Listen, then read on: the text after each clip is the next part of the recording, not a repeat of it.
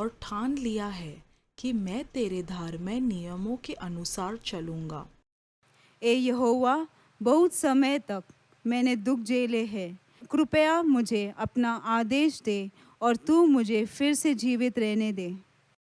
ए यहोवा, मेरे वचनों को स्वच्छ भली जानकर ग्रहण कर और अपने नियमों को मुझे सिखा। मेरा जीवन सदा जोखिम से भरा हुआ है, किंतु यहोवा, मैं तेरे उपदेश भुला नहीं हूँ। दुष्टों ने मेरे लिए फंदा लगाया है, परंतु मैं तेरे आदेशों के मार्ग से नहीं भटका। ए यहोवा, मैं सदा तेरी वाचा का पालन करूँगा। यह मुझे अति प्रसन्न किया करता है। मैं सदा तेरे विधान पर चलने का अति कठोर यत्न करूँगा। आमीन। सभी को जय मसीह की। और मैं बहुत ही खुश हूँ कि परमेश्वर ने आज मुझे मौका दिया है आपके बीच में स्तुति आराधना की अगुवाई करने का। मेरा नाम जोशुआ है और मैं कम्युनिटी ऑफ होप के चर्च से आता हूँ और मैं यहाँ पर बहुत ही खुश हूँ कि मुझे एक मौका मिला है आपके बीच में आने के लिए और स्तुति आराधना की अगुवाई करने के लिए। मैं पास्टर जी का बहुत बहुत धन्यवाद देना चाहता हूँ जिन्होंने मुझे मौका दिया है। तो आइए हम इस समय को ले हम परमेश्वर की आराधना करेंगे। आज उसके नाम को ऊंचा उठाएंगे। हम ऑनलाइन के जरिए देख रहे हैं, पर परमेश्वर जहाँ पर 2 या 3 इकट्ठे होते हैं वहाँ पर वो होता है। तो आइए हम अपने आवाज़ों को उठाएं, हम उसकी आराधना करें।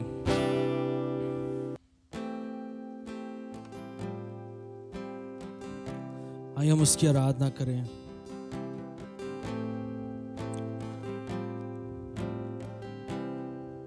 ये कैसा प्यार,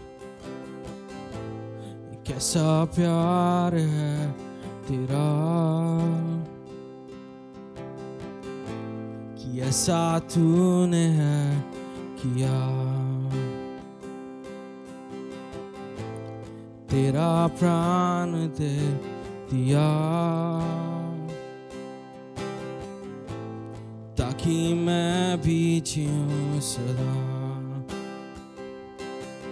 No, na na na na na। ये कैसा प्यार, ये कैसा प्यार है तेरा, ऐसा तूने है किया। तेरा प्राण दे दिया ताकि मैं भी जीऊं सदा। शैतान को हरा दिया, पापों को जड़ से उखाड़ दिया। मुझे घेर लिया नए गीत से, अब मैं जी उठा नई शक्ति से। पीछे नहीं मुड़ूंगा, हार नहीं मानूंगा, बढ़ता रहूंगा संग तेरे।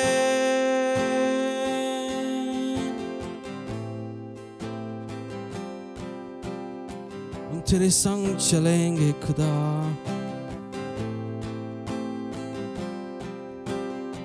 बोलो मेरी ओर से लड़ेगा,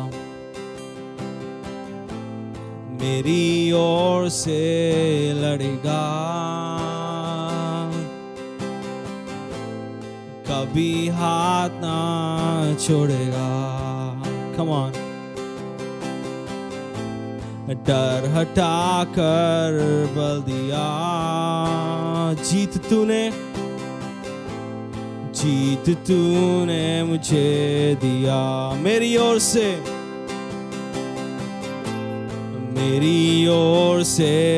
लड़ेगा, कभी हाथ ना छोड़ेगा। डर हटाकर बल दिया, जीत जीत तूने मुझे दिया, जीत तूने मुझे दिया, शैतान को हरा दिया, पापों को जड़ से उखाड़ दिया, मुझे गेलिया नए गीत से, अब मैं जी उठा नई शक्ति से, पीछे नहीं मुड़ूंगा, हार नहीं मानूंगा, बढ़ता रहूंगा संग तेरे, वो पीछे नहीं मुड़ूंगा, हार नहीं मानूंगा, बढ़ता रहूंगा संग तेरे। कहना ही क्या है, खुदा मेरे पक्ष में, कौन अब मेरा विरोधी ठहरेगा। कहना ही क्या है, खुदा मेरे पक्ष में, कौन अब मेरा विरोधी ठहरेगा। कहना ही क्या है, खुदा मेरे पक्ष में, कौन अब मेरा विरोधी ठहरेगा।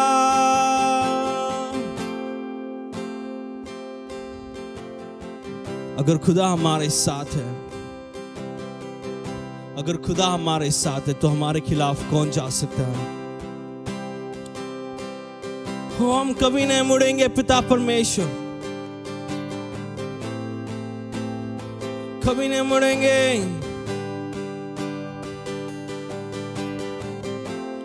तू संग है, तू संग है, संग है खुदा।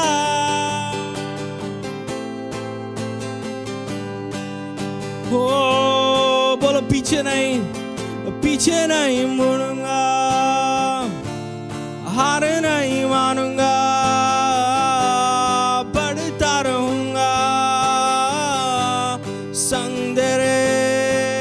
कहना ही क्या है, खुदा मेरे पक्ष में, कौन अब मेरा विरोधी ठहरेगा। कहना ही क्या है,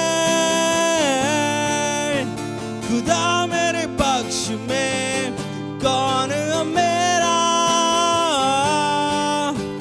विरोधी ठहरेगा, विरोधी ठहरेगा, विरोधी ठहरेगा। कौन खड़ा होगा, कौन खड़ा होगा। हो जब तू हमारे संग है तब और कौन खड़ा होगा हमारे खिलाफ। पीछे नहीं मुड़ूंगा, हार नहीं मानूंगा,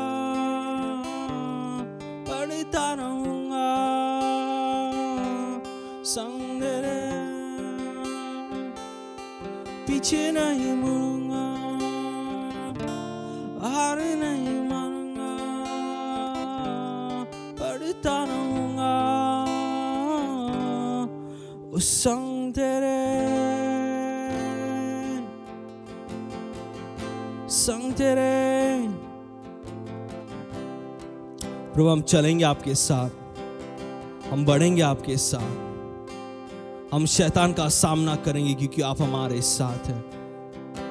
हम बीमारियों के विरुद्ध जाएंगे क्योंकि आप हमारे संग हैं। हो हम जयवंत जीवन जिएंगे क्योंकि आप हमारे संग हैं। हो मेरे खुदा हम जयवंत जीवन जिएंगे, हम विजय है यीशु नाम में, यीशु नाम में हम विजय है। आइए अपने विजय का ऐलान करें, अपने जय का ऐलान करें, अपने जय का ऐलान करें। हो या संग तेरे संग तेरे संग तेरे संग तेरे, बोलो संग तेरे संग तेरे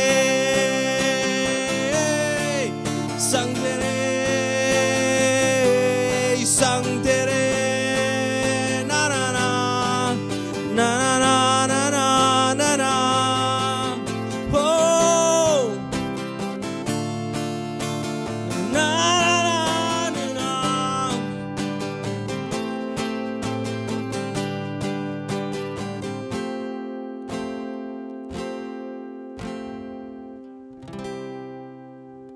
हम विजय जीवन जिएंगे। हम जयवंत से भी बढ़कर हैं, हम जयवंत से भी बढ़कर है खुदा।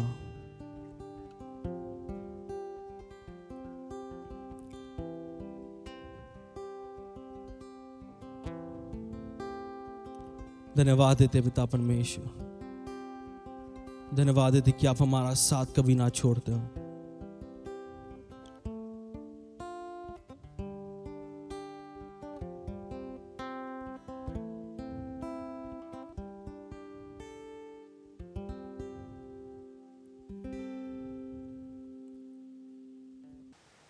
आमेन। मैं बहुत खुश हूँ, फिर एक बार मुझे मौका मिला यहाँ पर आपके बीच में आज वचन बांटने का। और मैं सीधे वचन में जाना चाहता हूँ। और जब आप देखते हो, जब आप टीवी ऑन करते हो, ठीक है, जब आप अखबार पढ़ते हो, जब आपको पता चलता है कि बीएमसी ने आपका गेट को सील करके रखा है, हो क्या रहा है यहाँ पर दुनिया में आज हो क्या रहा है? इतना गड़बड़ी मची हुई है, इतना उलझन मचा हुआ है, लोगों के दिल में डर पैदा हुआ है। लोग आज डर में जी रहे हैं, एक दूसरे के खिलाफ इतना हिंसा हो रही है। और जहां पर भी हम देखते हैं मृत्यु उसका नतीजा है, जो कुछ भी हम देखते हैं मृत्यु उसका नतीजा है। जो मासूम लोग हैं मर रहे हैं, जो गरीब लोग हैं वो मर रहे हैं, अत्याचार हो रहा है उनके ऊपर, अत्याचार हो रहा है हमारे समाज में। और इन सब के बीच में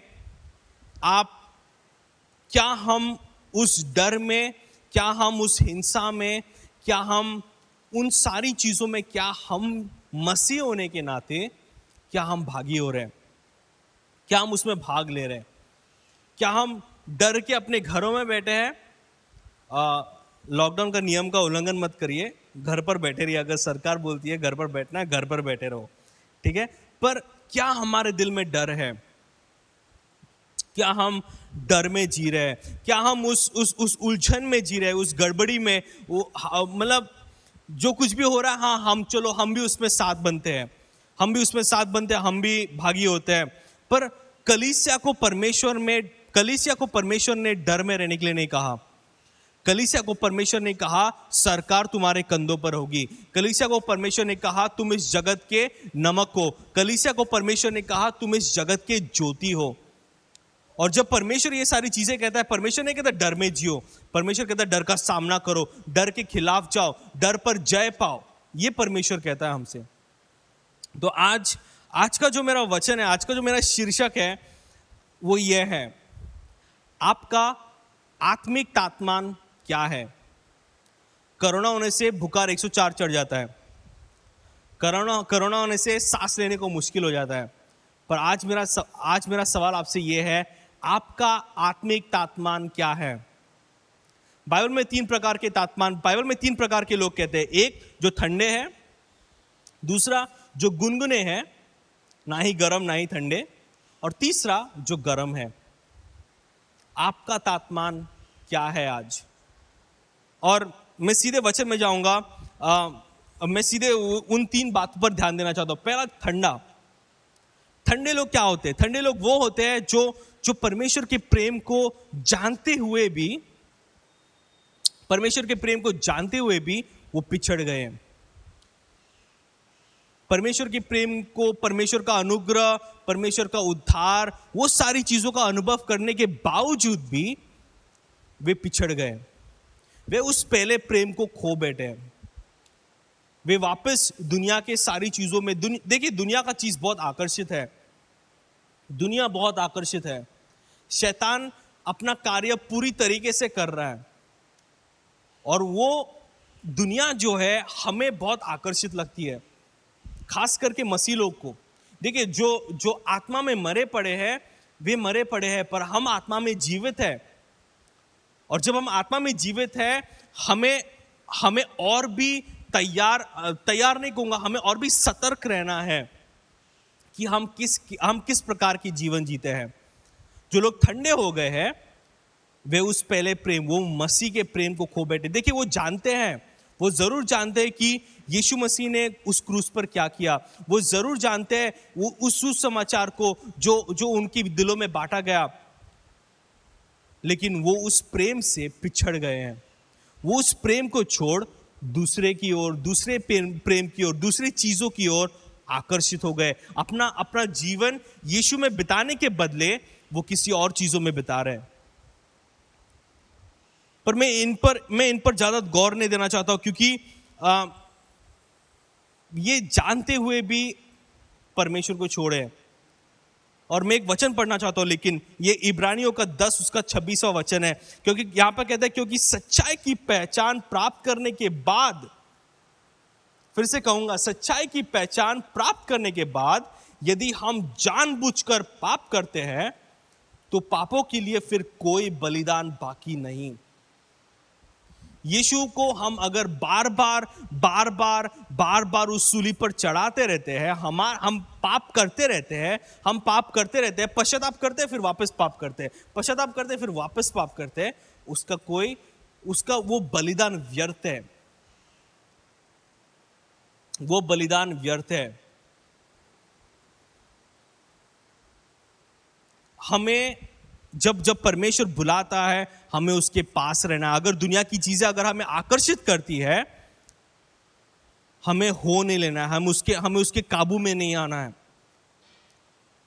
ठंडे लोग मसीह को छोड़ दूसरे रास्ते, वो सटीक रास्ता जो है, वो पतला रास्ता जो है स्वर्ग का, वो छोड़कर वो चौड़े रास्ते की ओर बढ़े हैं और वो चौड़े रास्ते में वो चल रहे हैं। ये हो गए ठंडे किस्म के लोग, विश्वासी लोग, क्षमा कीजिए। यहाँ पर मैं विश्वासियों का बात कर रहा हूँ, यहाँ पे मैं जगत के लोगों का बात नहीं कर रहा हूँ, यहाँ पर मैं मसीह लोगों का बात कर रहा हूँ। लोग जो ठंडे हो गए, पहला जो ठंडे हो गए, दूसरा जो गुनगुना है, जो गुनगुने लोग हैं। मैं कहूँ तो मैं भी एक क्लब का मैं भागी था, गुनगुना वाले क्लब का मैं भागी था। क्यों? क्योंकि मुझे किसने आकर कहा नहीं भाई तुम गुनगुने हो, नहीं, मुझे किसी ने आकर नहीं कहा। मुझे मालूम पड़ा जब मैं परमेश्वर की उपस्थिति में बैठा, पवित्र आत्मा ने मेरे से बात की, मेरे विवेक से एक दिन बात की। पवित्र आत्मा ने कहा तुम ना ही इधर हो और ना ही तुम उधर हो, मतलब ना ही तुम स्वर्ग में हो ना ही तुम इधर हो, तुम एकदम बीच में हो। क्यों? क्योंकि बीच वाले जो है, जो गुनगुने लोग होते हैं, वो ना ही गर्म होते हैं ना ही ठंडे होते हैं, वे बीच में रहते हैं, क्योंकि उनको दोनों साइड से उनको मिलता है। वो परमेश्वर के उपस्थिति के वहां से भी प्राप्त करते हैं, दुनिया की चीजों में भी वो भागी होते हैं। ये गुनगुने लोग हैं। और मैं इसमें था क्योंकि वो मेरा जीवन शैली था, मैं ऐसे ही जीता था। कलीसिया में मैं एकदम पवित्र बनकर बैठ के प्रार्थना करता था। ऑल नाइट प्रेयर बोलेगा, और ऑल नाइट प्रेयर में आऊंगा, मैं प्रार्थना करूंगा। कलीसिया में प्रार्थना करके घर पे जाता था। हॉस्टल में रहता था, मुझे अभी भी याद है। और हॉस्टल में बहुत झगड़े होते थे, और वहां पर जाके क्योंकि इतने झगड़े होते थे मैं परेशान हो गया था, और मैं भी उनके बीच में धमकी नहीं देने का मैं भी शुरू कर दिया। कलीसिया में मेरा जीवन अलग था। कलीसिया के लोग, मेरे पास्टर, मेरे लीडर लोग मुझे एक दूसरे नजरिए से देख रहे थे। पर जब मैं अपने घर में आता था, मेरा जो जीवन शैली था वो अलग ही था। यहाँ पर अलग यहां पर अलग।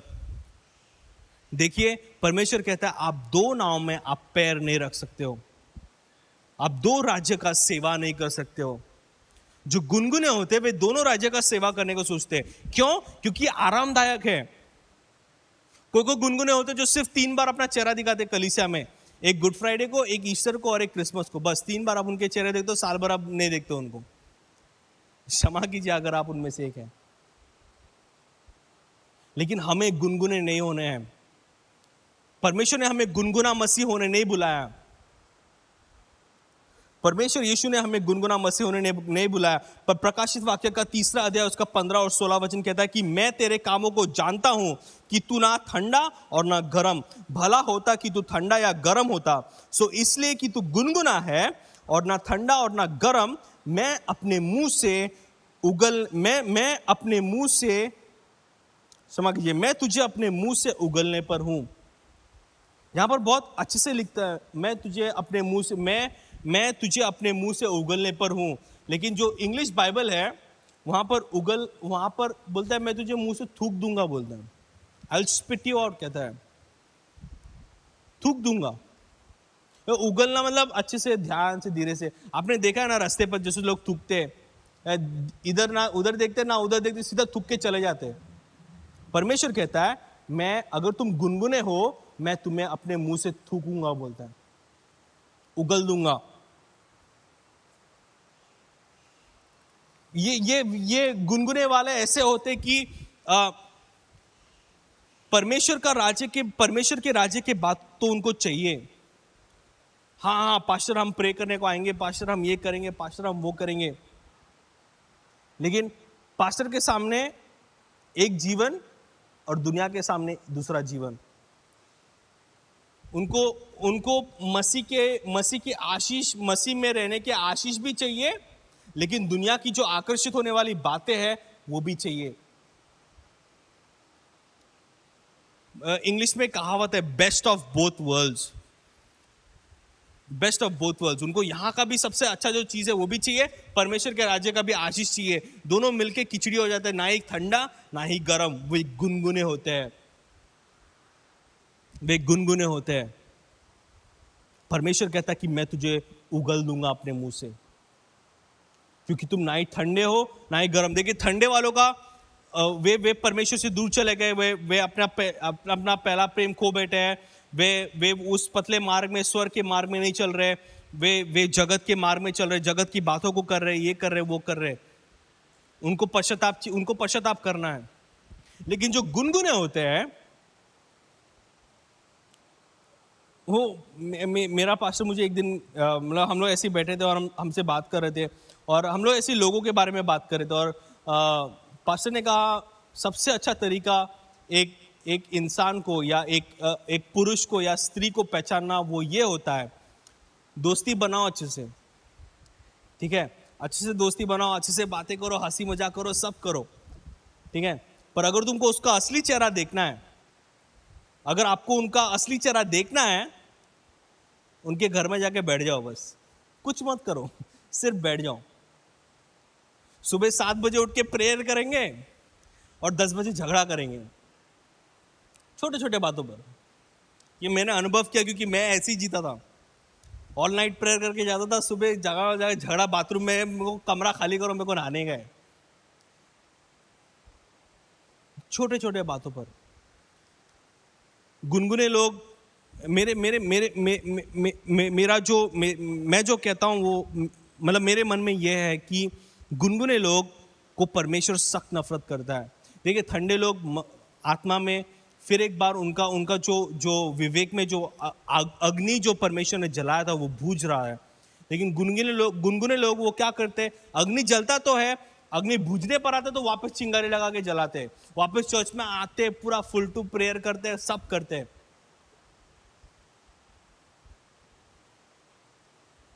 गुनगुने लोग को परमेश्वर सख्त नफरत करता है, क्योंकि वो यहां से भी चाहते हैं और यहां से भी चाहते हैं। हाँ, और ये लॉकडाउन ने ऐसा परिस्थिति लाकर खड़ा कर दिया कि हम चर्च में भी आना बंद हो गया। अभी ऑनलाइन में आप देखते हैं कि नहीं देखते मुझे भी नहीं मालूम, आपको पता है, वो परमेश्वर को पता है। पास्टर यहाँ पे खड़ा रह के वचन दे रहा है, यहाँ पर आराधना स्तुति चालू है, आप घर पे क्या कर रहे हैं आपको मालूम है और परमेश्वर को मालूम है। कलीसिया में भी आना बंद हो गया है। देखिए, शैतान को मौका मत दे। शैतान सिर्फ 3 चीज करने आता है, नाश करने, चोरी करने और घात करने। फिर एक बार कहूंगा, वो चोरी करने आता है, वो नाश करने आता है और वो मार डालने आता है। सिर्फ 3 चीज करने आता है वो। शैतान को मौका मत दो। खास करके ये मौसम में, ये समय में जो हम जी रहे हैं, जहां पर आपको घर से निकलना मना है, लॉकडाउन लगने वाला है, घर से काम करो, जो कुछ भी है सब घर से। किन किन लोगों का कमाई भी चला गया है, नौकरी चला गया है। जब आप घर पे बैठते हो, शैतान को मौका मत दो। शैतान को आपके जीवन में मौका मत दो। ये दो प्रकार के लोगों के बारे में कहा। पहले जो ठंडे हैं, परमेश्वर के प्रेम से पिछड़ गए। दूसरा, गुनगुने लोग, जिनको परमेश्वर कहता है कि मैं तुम्हें थूक दूंगा। तीसरा, गरम। आपका आत्मिक तापमान क्या है? मसीह होने के नाते हमारा आत्मिक तापमान हमेशा गर्म होना है। इसका मतलब ये नहीं कि आप बुखार चढ़ा दो अपने आप को। आत्मा में हमें जलते रहना है। आत्मा में हमें हमेशा हमें हमेशा जलते रहना है। मैं सुबह को प्रार्थना कर रहा था और मैं यही बातों पर मनन कर रहा था और मैं परमेश्वर से पूछ रहा था, गर्म होना क्या होता है? गर्म होना क्या होता है? तो मुझे पवित्र आत्मा ने 3 बातें दिखाई और मैंने इन 3 बातों को देखी। पहला, उबलता हुआ पानी। देखिए, उबलता हुआ पानी में हमेशा बुलबुले होते हैं और हमेशा हलचल मची रहती है। अगर पानी शांत रह रहा है तो पानी उबल नहीं रहा है। जब हम कहते हैं कि पानी उबल रहा है, जब हम उन बुलबुलों को देखते हैं, जब हम पानी में हलचल मचते हुए देखते हैं, तब हमें पता चलता है कि पानी उबल रहा है।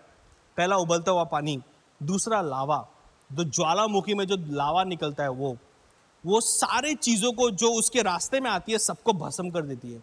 चाहे वो कितना बड़ा पेड़ क्यों ना हो, चाहे वो कितना बड़ा घर या बंगला क्यों ना हो, उसको भस्म कर देती है। और तीसरा, एक लोहा। जब हम लोहा को पिघालते हैं गर्मी में, जब हम लोहे को अंगार में डाल के उसको पिघालते हैं, वो लोहा को हम निकाल के कोई भी आकार दे सकते हैं। ये 3 बातें मुझे पवित्र आत्मा ने दिखाए और मैं इन 3 बातों पर थोड़ा गौर करूंगा। पहला, उबलता हुआ पानी। देखिए, उबलता हुआ पानी कभी भी शांत नहीं रहता है। अगर पवित्र आत्मा आप में जल रहा है, अगर पवित्र आत्मा आपके अंदर कार्य कर रहा है, आप कभी शांत नहीं रहोगे। आप हमेशा परमेश्वर के लिए कुछ ना कुछ करोगे। और जब आप परमेश्वर के लिए कुछ करते हो, देखो, आप गर्म पानी में हाथ डालो, आपको झटका मिलता है। जब आप परमेश्वर के लिए कुछ ना कुछ करोगे, लोगों को जो मसीह में नहीं है उनको ठेस पहुंचेगा।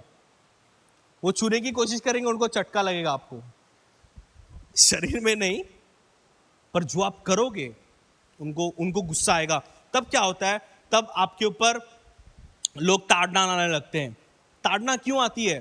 ताड़ना कब आती है? ताड़ना तब आती है जब हम परमेश्वर के कार्य को पूरी तरीके से, परमेश्वर की बातों को मानकर हम परमेश्वर के कार्य को करते हैं। तब लोगों को सहन नहीं होते हैं। शैतान सुकून में नहीं रह सकता है, तो वो लोगों को इस्तेमाल करते हैं हमारे खिलाफ।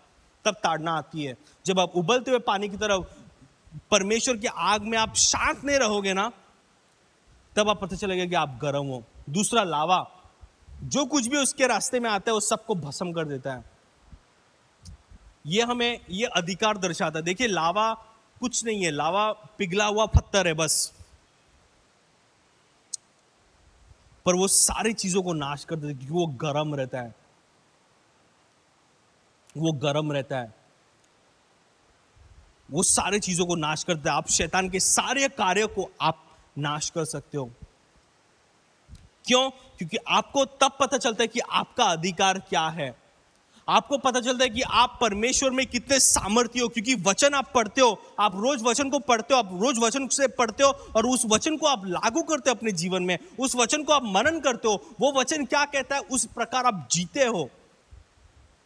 और वचन जब कहता है कि मैंने तुझे अधिकार दिया है, जब यीशु कहता है कि मैं तुझे अधिकार देता हूं, आप उस अधिकार को लेकर आप अपने अंदर उस अधिकार को लेते हो और उस अधिकार के अनुसार आप चलते हो, आप उस अधिकार में चलते हो, आप उस लावा की तरह, ज्वालामुखी के लावा की तरह बनते हो जो सारे चीजों को भस्म कर देता है, शैतान के हर एक चाल को नाश कर देता है। दुष्ट आत्माएं, देखिए यीशु मसीह हमेशा जब भी जाता था दुष्ट आत्माएं घबरती थी, दुष्ट आत्माएं कांपती थी उसके सामने। क्यों? क्योंकि वो जानता था कि वो कौन है। क्या आप जानते हो कि आप मसीह में कौन हो? और तीसरा, लोहा, पिघला हुआ लोहा। जब लोहा को पिघालते हैं, अगर आप बड़े बड़े इंडस्ट्री में जाओगे तो आपको पता चलेगा कि लोहा, बड़े बड़े लोहा को लाइक ऐसे पत्थर की तरह होते हैं, वो उसको पिघाल के लंबा लंबा रॉड बनाते हैं, आकार देने वाला इंसान होता है। वैसे ही आप अगर गर्म होते हो, आप परमेश्वर को आप अनुमति देते हो आकार देने के लिए। देखिए मुझे ये बात बहुत जल्दी पता चली, ठीक है, और मैं बहुत खुश हूं कि मुझे ये प्रकाशन बहुत जल्दी मिला। मुझे ये प्रकाशन मिला कि जब भी हम परमेश्वर को अनुमति देते हैं, जब भी हम परमेश्वर को अनुमति देते हैं, देखिए 2 साल पहले जो जीवन था वो आज वो जीवन नहीं है। 2 साल पहले जैसे हम जी रहे थे वैसे आज हम नहीं जी रहे। देखने जाएंगे तो पूरा दुनिया बदल गया है 2 साल के अंदर।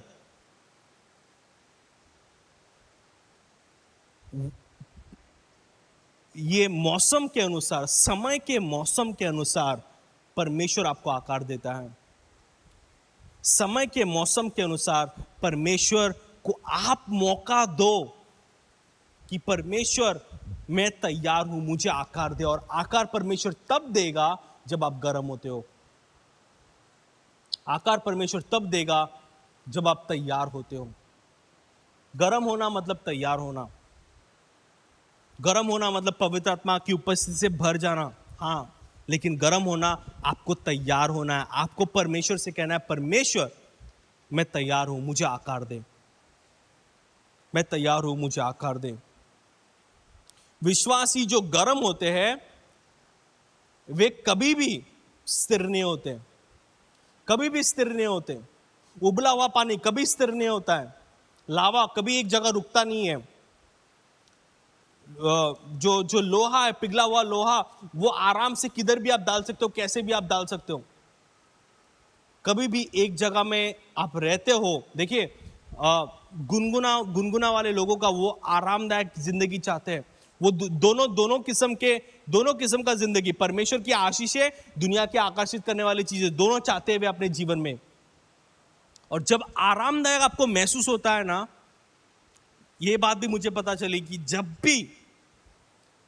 भी आपको लगता है कि चलो अब आराम है, आत्मा में कुछ नहीं करना है, चर्च नहीं जाना है, चलेगा, घर पे बैठ के यूट्यूब पे देखता हूं मैं ये सभा। जब भी आपको लगे कि आप आराम की जिंदगी जीना शुरू कर रहे हो, खड़े हो जाओ, खड़े हो जाओ, खड़े हो जाओ। शैतान को मौका मत दो, खड़े हो जाओ और आत्मा में और बढ़ो। देखिए उबलता हुआ पानी कभी भी शांत नहीं होता है, कभी भी शांत नहीं होता उबलता हुआ पानी। खड़े हो जाओ और परमेश्वर से कहो, परमेश्वर मुझे इस्तेमाल कर। परमेश्वर से कहो, परमेश्वर मैं तैयार हूं, इस समय मुझे आकार दे।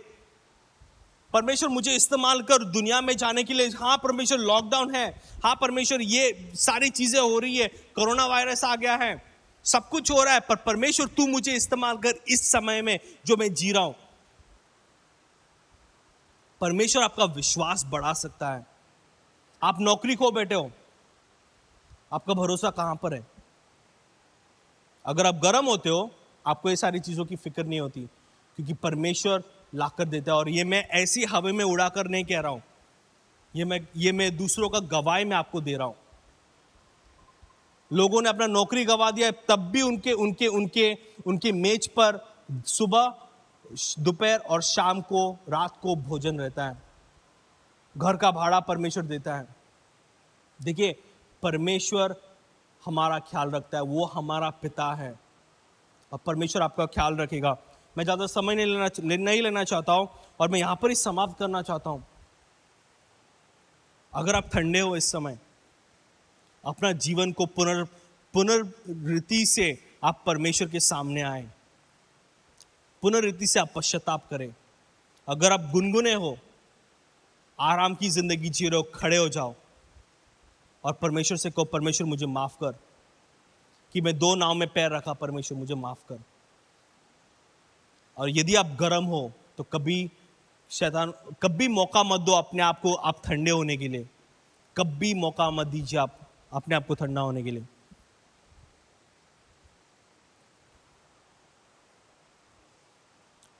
आइए हम इस समय प्रार्थना करेंगे। अपने आंखों को बंद करें इस समय। पिता परमेश्वर, हम आपको धन्यवाद देते हैं, धन्यवाद इस समय के लिए। प्रभु, आपने हमें बुलाया है, आपने हमें नाम लेकर बुलाया है। प्रभु, वो अग्नि जो हमारे अंदर जो आपने जलाई है पिता परमेश्वर, उसको हम कभी बुझने ना दे पिता परमेश्वर। प्रभु, यदि यहाँ पर यदि कोई लोग हैं जो देख रहे हैं और जो अनुभव करे कि वो गुनगुने हो गए पिता परमेश्वर, या ठंडे हो गए पिता परमेश्वर, नहीं, मैं चाहता हूं कि आप प्रार्थना करें इस समय, परमेश्वर से कहे, परमेश्वर मुझे क्षमा कर, मैं फिर एक बार आपकी और आपके पास आता हूं। यदि आपने अगर विश्वास को खो बैठे इस मौसम में, इस समय में, कोरोना के कारण, आप परमेश्वर से कहिए, परमेश्वर मुझे क्षमा कर, मैं फिर एक बार आपके पास आता हूं। परमेश्वर, हम विश्वास के लिए प्रार्थना करते इस समय, हम अटल विश्वास के लिए प्रार्थना करते जो आप में हम लगाते पिता परमेश्वर। हम प्रार्थना करते कि ताकि प्रभु ये कलीसिया प्रभु गरम हो पिता परमेश्वर, ताकि हमारी कलीसिया गरम रहे पिता परमेश्वर। हम ठंडा नहीं होना चाहते पिता, हम ठंडा नहीं होना चाहते पिता परमेश्वर। आप हमें सहायता कर प्रभु, जैसे आप चाहते हो वैसे आप हमें आकार दे पिता परमेश्वर। प्रभु, हम शैतान को मौका ना दे, हम शैतान की चालों को, उन चालों को हम मौका ना दे हमारे जीवन में आने के लिए। प्रभु, हम गुनगुने होकर पिता परमेश्वर, हम आरामदायक वाली जिंदगी हम नहीं जीना चाहते परमेश्वर। प्रभु, आपका आना अनुवाय है, ये बात को मन में रखते हुए पिता परमेश्वर, आप हमें बलवान बना, आप हमें बलवान बना पिता परमेश्वर। आप वो अंदर की आग जलती रहे, यह हम आपसे प्रार्थना करते, विनती करते हैं। आपका हम धन्यवाद देते हैं। ये प्रार्थना हम यीशु मसीह के नाम से करते हैं, आमीन। परमेश्वर के लिए हमेशा जलते रहे, वो आग को कभी बुझने ना दे। प्रभु आपको आशीष दे। जय मसीह की। हम इस समय भेंट इकट्ठा करेंगे। तुम दिल में ऐसे बस गए, जिंदगी भर के लिए राजा बन गए, जीवन में ऐसा काम कर गए, पाप मेरे शाप मेरे चलते बन गए। तुम दिल में ऐसे बस गए, जिंदगी भर के लिए राजा बन गए, जीवन में ऐसा काम कर गए, पाप मेरे शाप मेरे चलते बन गए। दिल में जान में, होठों में आंखों में तू है, दिल में जान में, होठों में आंखों में तू है। दिल में जान में, होठों में आंखों में तू है, दिल में जान में, होठों में आंखों में तू है।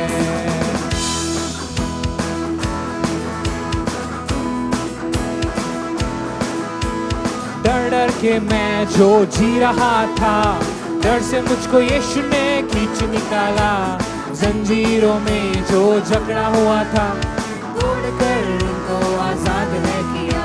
डर डर के मैं जो जी रहा था, डर से मुझको यीशु ने खींच निकाला, जंजीरों में जो जकड़ा हुआ था, तोड़कर उनको आजाद है किया। धुंध में ऐसे बस गए, जिंदगी भर के लिए राजा बन गए, जीवन में ऐसा काम कर गए, पाप मेरे शाप मेरे चलते बन गए। तुम दिल में ऐसे बस गए, जिंदगी भर के लिए राजा बन गए। जीवन में ऐसा काम कर गए, पाप मेरे शाप मेरे चलते बन गए। दिल में जान में, होठों में आंखों में तू है यीशु। दिल में जान में, होठों में आंखों में तू है। दिल में जान में, होठों में आंखों में तू है। दिल में जान में, होठों में आंखों में तू है। आमीन। हम इस समय इंटरसेसरी प्रेयर करेंगे। हे पिता परमेश्वर, हम आपके अनुग्रह के सिंहासन के सामने आते हैं पिता परमेश्वर। हम आपका हृदय से धन्यवाद करते हैं पिता परमेश्वर कि आपने हमें प्यार से भर दिया है और पिछले हफ्ते भर आपने हमें संभाला पिता परमेश्वर। पिता परमेश्वर, हम आपके प्यार के लिए और आपके अनुग्रह के लिए धन्यवाद देते हैं पिता परमेश्वर। हम दान अर्पण इसीलिए ना करें कि हम धनवान हो, पर इसीलिए करें कि क्योंकि हम आपसे प्यार करते हैं पिता परमेश्वर। हमारे दान अर्पण को आप स्वीकार कीजिए पिता परमेश्वर, आप इसे आशीषित कीजिए पिता परमेश्वर। दिए गए हाथों को आशीष की भरपूरी दीजिए पिता परमेश्वर। जो नहीं दे पाया है उसे भी आप आशीषित कीजिए पिता परमेश्वर। हम हर एक परिवारों के लिए भी प्रार्थना करते हैं पिता परमेश्वर। जो कोई भी किसी भी प्रॉब्लम से गुजर रहा है पिता परमेश्वर, आप उन्हें अच्छी तरह से जानते हैं पिता परमेश्वर। और हम ये भी विश्वास करते हैं कि पिता परमेश्वर, हर कोई कठिनाइयों से बढ़कर आप हो पिता परमेश्वर। आप सबसे महान हो पिता परमेश्वर। और हम जानते हैं कि आप हमें उस चुंगल से निकाल देंगे पिता परमेश्वर। उस हर कोई कठिनाइयों से आप हमें बाहर निकाल देंगे पिता परमेश्वर।